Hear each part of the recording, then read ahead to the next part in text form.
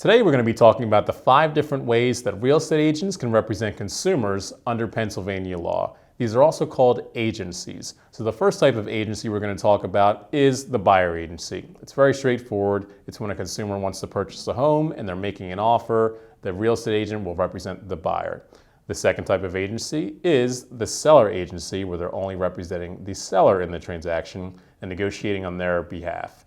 The third type of agency is a dual agency, which does not exist in all states, but it's when a real estate agent represents a buyer on a listing they happen to have, so they'll be representing the buyer and the seller. It's oftentimes difficult to manage, so sometimes the fourth type of agency comes into place, which is designated agency. This is when the broker of the brokerage may designate 2 different agents to represent both parties in a transaction instead of having one single agent represent both parties. The broker is still the dual agent, but the agents are still going to be buyer and seller agents individually.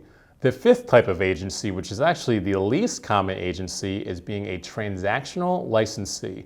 This means that you have a buyer and a seller that already have found each other and they've come into an agreement, and they want a real estate agent to draw up the paperwork. The reason why this is rare is because drawing up paperwork and not giving any advice is very rare for a real estate agent, and if you start giving advice, that constitutes representation. So you don't see this very often, and many brokerages don't participate in this or don't allow their agents to participate in this, but it is a way that agents can represent consumers and just be paid a fee to draw up paperwork. So those are the 5 different ways that real estate agents can represent consumers. It's good to be familiar with this, and your real estate agent is always going to disclose this to you in writing before you move forward and do business with them in Pennsylvania.